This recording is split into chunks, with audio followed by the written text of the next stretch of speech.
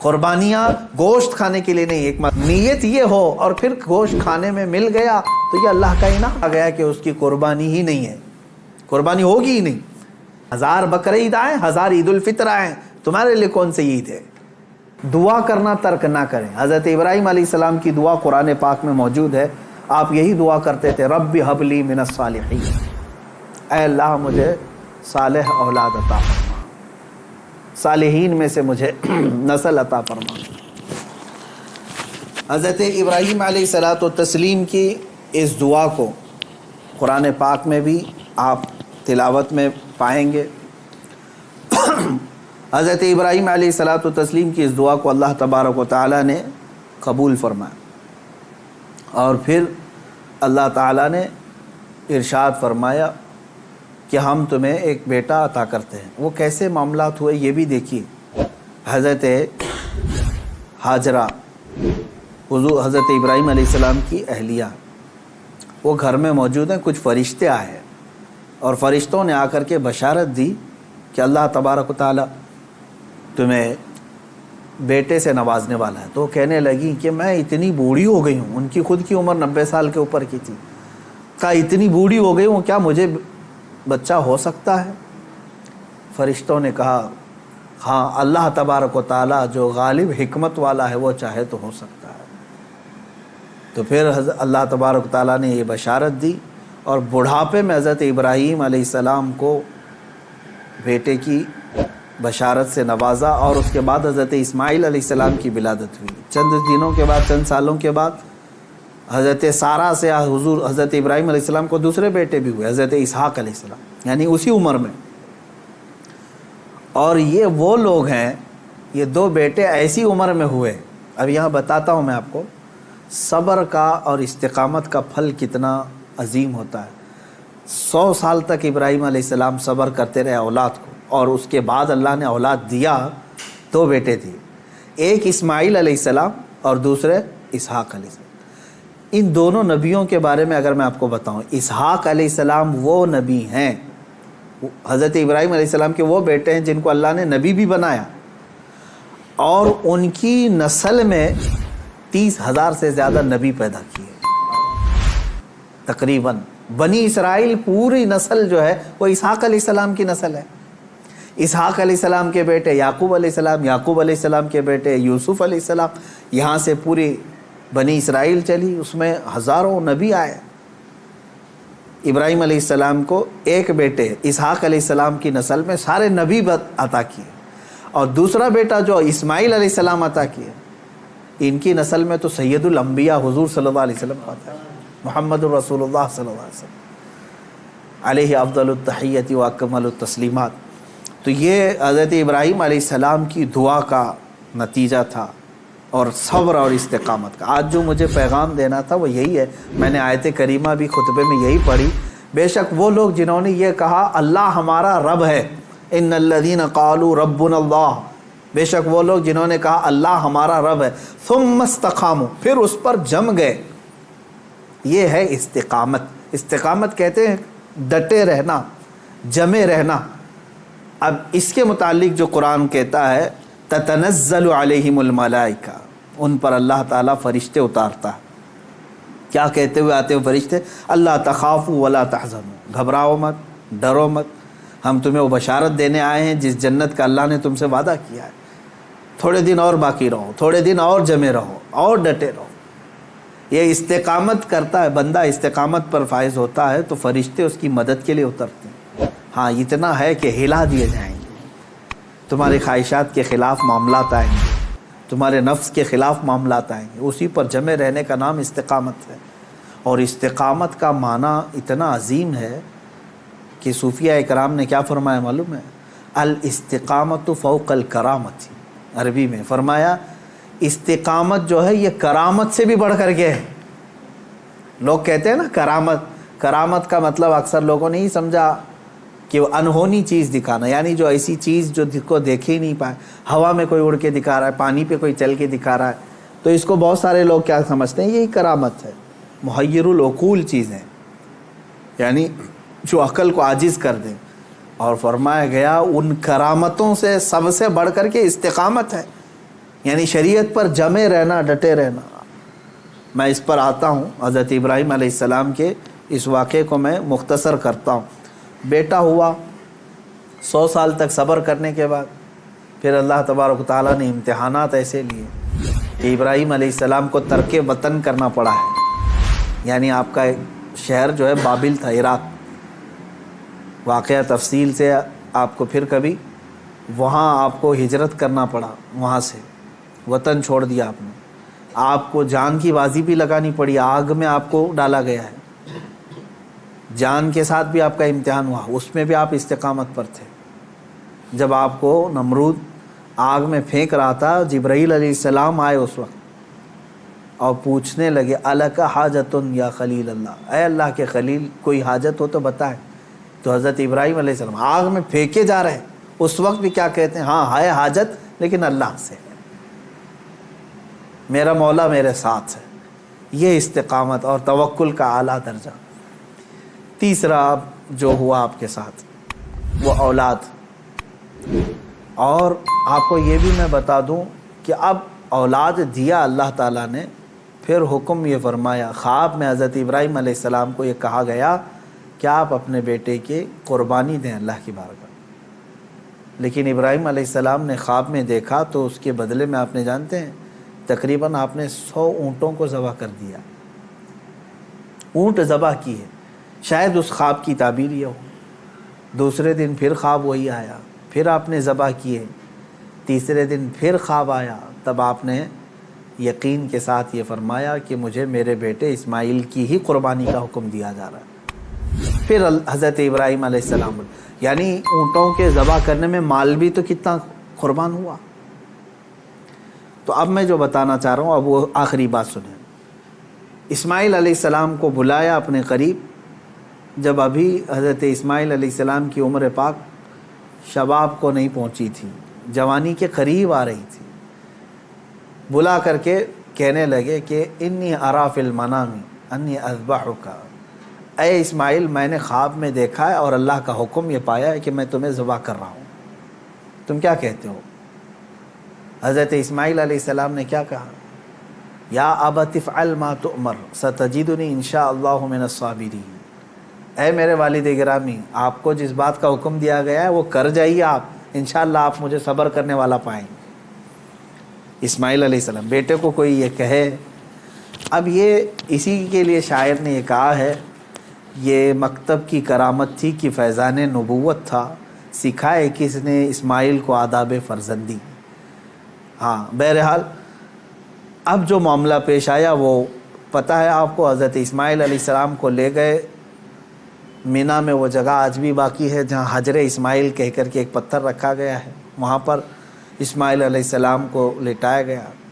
ابراہیم علیہ السلام نے اپنی آنکھوں پر پٹی باندھ دی، ان کے ہاتھ پیر کو باندھ دیا، اور اس کے بعد تیز چاقو سے ان کے گردن پر چھری چلائی، لیکن چھری نہ چلی۔ روایات یہ بتاتی ہیں کہ آپ نے اس چھری کو پتھر پر مارا، پتھر 2 ٹکڑے ہو گیا، کٹ گیا، لیکن نرم و نازک گلا نہیں کٹا، 2 مرتبہ نہیں کٹا۔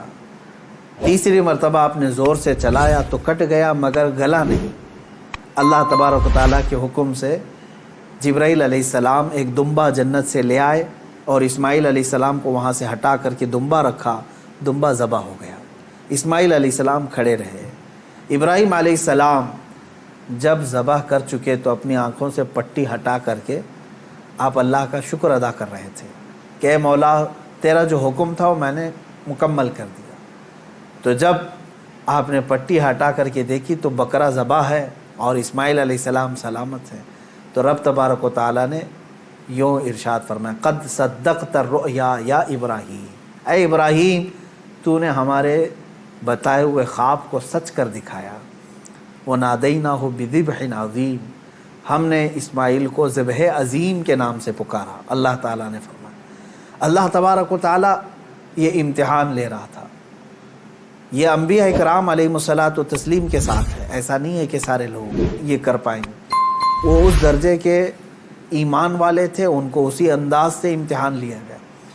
اب جو بات 2 چیزیں عرض کرنی ہے، پہلی بات تو یہ ہے کہ بعض مفسرین نے اور عاشقان رسول نے اس میں پیارا نقطہ یہ بیان فرمایا، گلا نہ کٹنا، زبان نہ ہونا کیا وجہ تھی؟ تو فرمایا گیا اس لیے کہ اسماعیل علیہ السلام کی پیشانی میں نور محمدی تھا۔ حضور اکرم صلی اللہ تعالیٰ علیہ وسلم کا نور پاک تھا، انہی کی نسل میں حضور تشریف لائے۔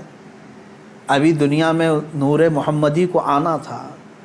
اب بعض مفسرین اس بات پر ہی نہیں رکتے بلکہ ان تمام چیزوں کو اوپر تک لے جاتے ہیں۔ ابراہیم علیہ السلام کو آگ نے نہیں جلایا، وہاں پہ بھی نور محمدی ان کے پیشانی میں تھا۔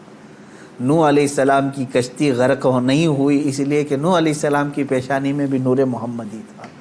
بہرحال دوسری بات میں جو بتانا چاہ رہا ہوں وہ 4 چیزیں تھیں۔ ابراہیم علیہ السلام کا وطن سے ہجرت کرنا، ان کا آگ میں ڈالا جانا اور ان کا جانوروں کو ذبح کرنا، پھر چوتھے نمبر پر اولاد۔ کوئی بھی انسان اپنی زندگی میں 4 چیزوں سے بے انتہا محبت کرتا ہے۔ 4 چیزیں اس کی بہت محبوب ہوتی ہیں۔ پہلی چیز اس کا وطن، جہاں پر پیدا ہوا، جہاں رہ رہا ہے، اس سے وہ محبت کرتا ہے۔ دوسری چیز وہ اپنے مال سے محبت کرتا ہے۔ تیسری چیز وہ اپنی اولاد سے محبت کرتا ہے۔ چوتھی چیز وہ اپنی جان سے محبت کرتا ہے۔ اور امتحان انہی چیزوں سے ہوتا ہے جس سے محبت کیا جاتا ہے، ایسی دوسری چیزوں سے نہیں امتحان لیا جاتا۔ آپ کو جو چیز ناپسند ہے میں کہوں وہ دے دو، وہ فوراً اٹھا کے دے دیں گے، جیسے گھر میں رکھا ہوا کچرا اٹھا کر کے فقیروں کو دے دیتے ہیں۔ ہاں، امتحان تو اس وقت ہوگا جو اپنے مزے کی اور پسندیدہ چیز آپ بنا رہے تھے اور پھر آپ کو کہا گیا اس میں سے دے دو، تب مشکل ہو جاتا ہے۔ ہاں، جو دے دیا اور پھر وہ امتحان میں کامیاب ہوا، اپنی پسندیدہ چیز۔ ابراہیم علیہ السلام سے جو امتحانات لیے گئے وہ 4 محبوب چیزوں سے امتحان لیے گئے، اور اب 4 امتحانات میں ثابت قدم رہے۔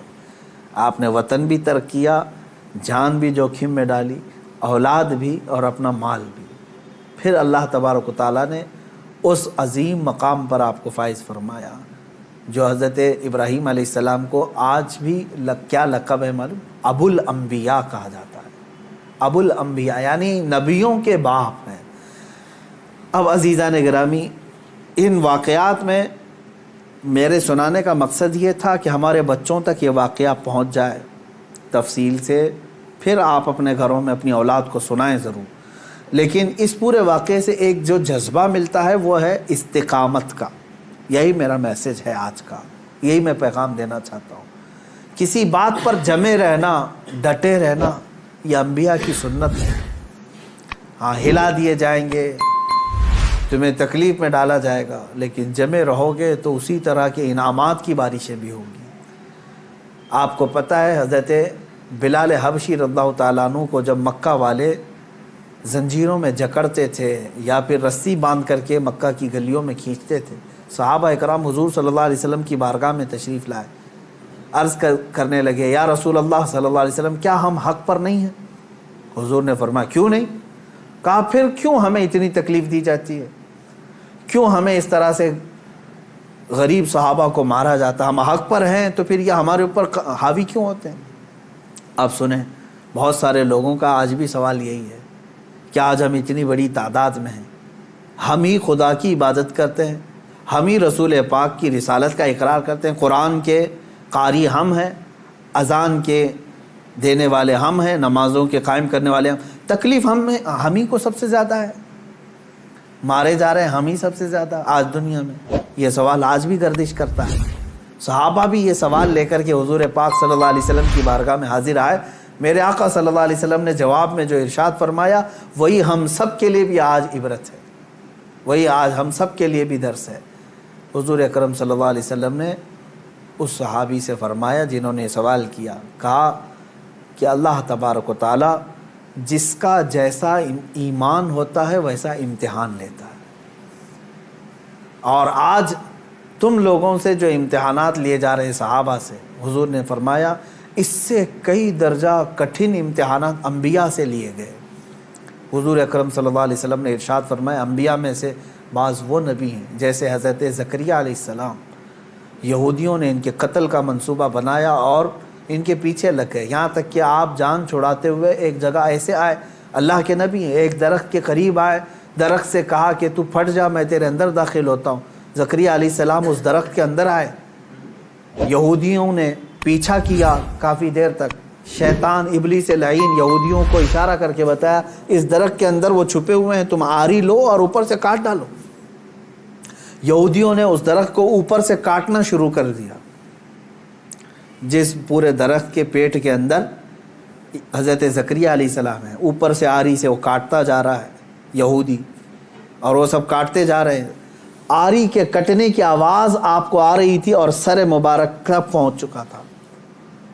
آپ آواز نکالتے، اللہ تبارک و تعالیٰ کی طرف سے یہ حکم آیا، اے زکریا صبر کر جاؤ، اور اگر اس پر تم نے صبر نہیں کیا تو صابرین میں سے تمہارا نام نہیں آئے گا۔ حضرت زکریا علیہ السلام خاموش ایسے رہے کہ پوری آری نے سر کو چیر دیا، بدن کو چیر دیا، پورے جسم کو چیر دیا، لیکن آپ نے آہ تک نہیں کہا، اف یہ تمام الفاظ بھی نہیں ادا کیے۔ احادیث میں یہ حضرت زکریا علیہ السلام کا استقامت، آپ جمے رہے، ڈٹے رہے، کٹ گئے، جسم پاک دو الگ الگ ٹکڑوں میں تبدیل ہو گیا۔ اب اندازہ کریں، ان واقعات کو حضور اکرم صلی اللہ علیہ وسلم نے صحابہ کو سنایا۔ حضرت یحییٰ علیہ السلام پیش کیے گئے، 33 سال کی جوانی ہے، بادشاہ کے خلاف آپ نے فتویٰ دیا تھا، وہ دو بہنوں کو ایک نکاح میں رکھا تھا، آپ نے فرمایا حرام ہے تیرے۔ بادشاہ نے کہا تم کیا مجھے بھی فتویٰ دو گے، مجھے بھی سکھاؤ گے؟ حضرت یحییٰ علیہ السلام نے کہا اللہ کی شریعت ہے، وہ ہر ایک پر نافذ ہے۔ اس بادشاہ نے اپنے خلاف اس فتوے کو دیکھ کر کے آپ کے قتل کا حکم دیا، اور آپ کو قتل بھی کیا گیا، آپ کا سر مبارک الگ کر کے تشت میں رکھا گیا۔ نبی کی بات کر رہا ہوں، حق بات بولنے پر یہ مصیبتیں آئیں گی۔ اسی لیے شاعر نے بہت اچھے انداز میں کہا، یہ شہادت گئے الفت میں ہے قدم رکھنا، لوگ آسان سمجھتے ہیں مسلمان ہونا۔ ہاں، لوگ یہ سمجھتے ہیں کہ آپ مسلمان ہیں، ہم کو تو کچھ ہونا ہی نہیں چاہیے۔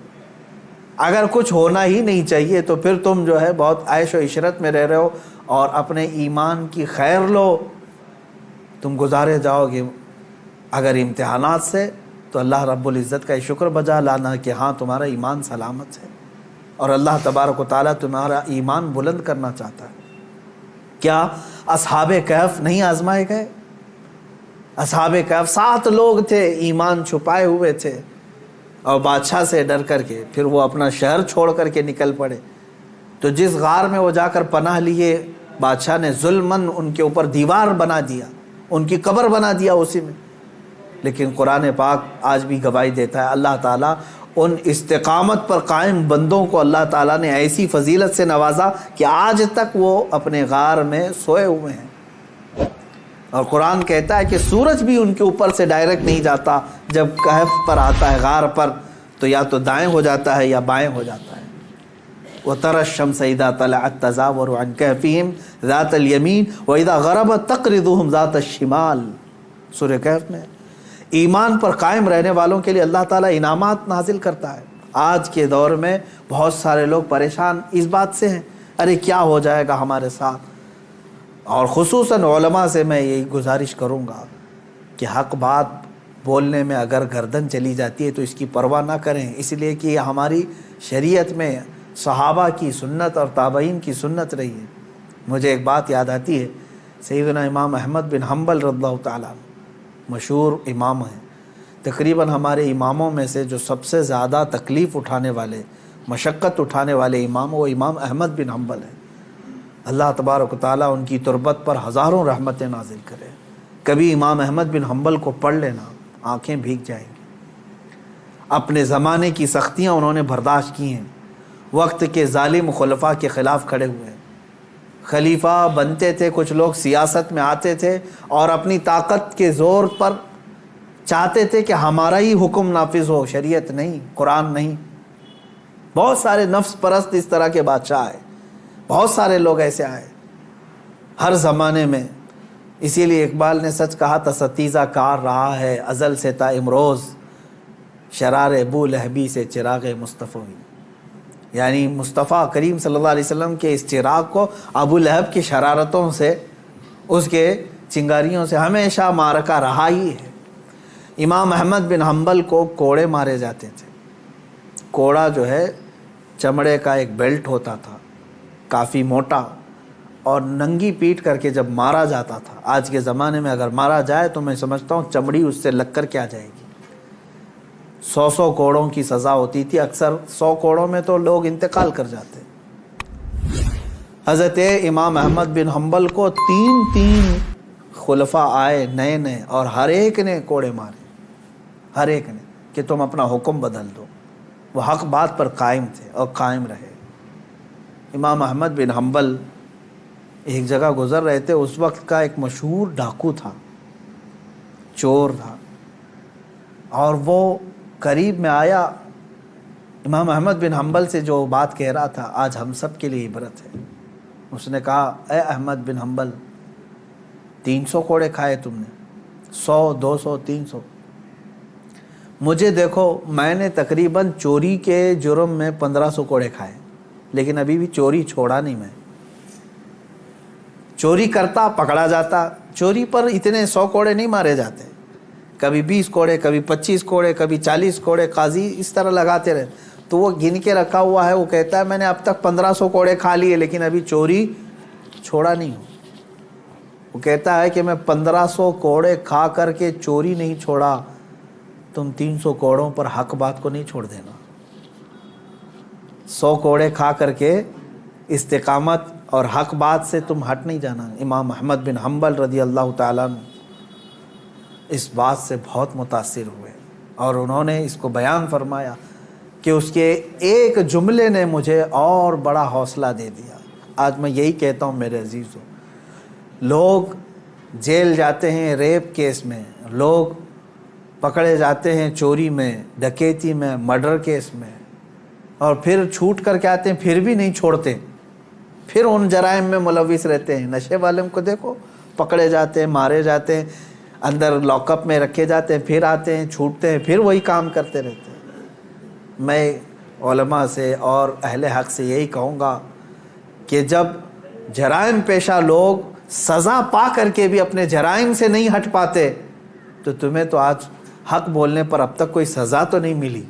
ہونا یہ چاہیے کہ اگر حق بات بولنے پر مجھے سزا بھی مل جائے تو میں حق بات پھر سر چڑھ کر کے بولوں گا, کہ پھر میں پھانسی کے پھندے پر بھی بولوں گا, تختے دار پر بھی بولوں گا.